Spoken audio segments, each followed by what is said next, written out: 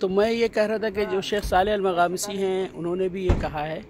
اور انہوں نے یہ بتایا کہ جیسے جبل طور پہ جب موسیٰ علیہ السلام تھے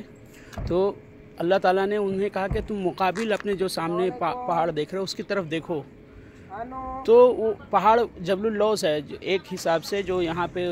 سعودی لوگ جس کو کہہ رہے ہیں یا مقامی آبادی جس کو کہہ رہی ہے، اسی طرح یہود و نصارہ کی جو توریت اور انجیل ہے اس کے حساب سے بھی ان لوگوں کی یہی تحقیق ہے کہ یہی وہ علاقہ ہے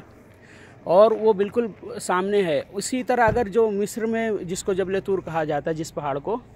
اگر اس پہاڑ کو بھی آپ نقشے میں چھوٹا کر کے دیکھیں گے تو وہ پہاڑ بھی بالکل اسی پہاڑ کے قریب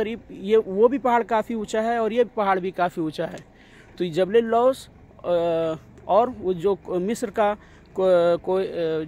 پہاڑ ہے طور، وہ بھی بالکل دونوں آپس میں بالکل مقابل میں آتے ہیں۔ تو اس طرح یہ بات بھی تقریباً صحیح لگتی ہے۔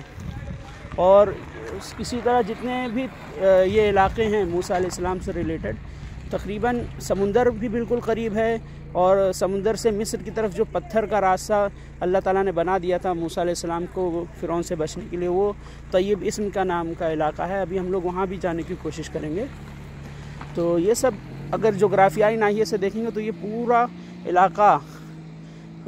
موسیٰ علیہ السلام کی تاریخ اور انبیاء کی تاریخ سے جڑا ہوا ہے۔ کچھ علماء اسی طرح یہ بھی کہتے ہیں کہ یہ جو علاقہ ہے مدین کا، یہاں شعیب علیہ السلام کی قوم کے ساتھ ساتھ قوم عاد کا بھی کے آثار ملتے ہیں اور ان کا بھی یہی علاقہ تھا۔ اور کچھ لوگ یہ بھی کہتے ہیں کہ شعیب جو جن سے موسیٰ علیہ السلام کی لڑکی کی شادی ہوئی وہ شعیب نبی نہیں تھے، کوئی اور شخص ہے، لیکن اور کچھ علماء کہتے ہیں کہ نہیں، یہی شعیب ہی علیہ السلام کی لڑکی سے شادی ہوئی۔